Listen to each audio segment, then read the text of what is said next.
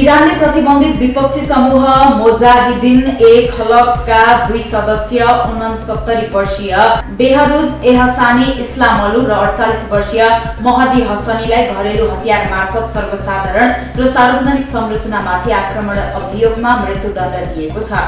सन् 2022 मा पक्राउ परेका यी दुवैलाई इरानी अदालतले 2024 सेप्टेम्बरमा मोहर बेह अर्थात् ईश्वर विरुद्ध युद्ध छेडेको, आतंककारी समूहसँग आबद्ध रहेको र सार्वजनिक सम्पत्तिमा क्षति पुर्याएको आरोपमा दोषी ठहर गर्दै मृत्युदण्ड सुनाएको हो।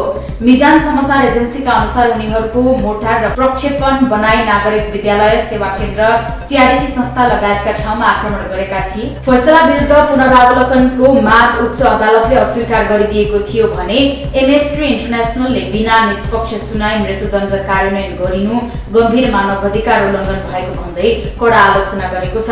आरोप अनुसार उनीहरूलाई वकिल राख्न नदिएको र बयानका क्रममा यातना दिएर जबरजस्ती आरोप स्वीकार्न बाध्य पारिएको थियो।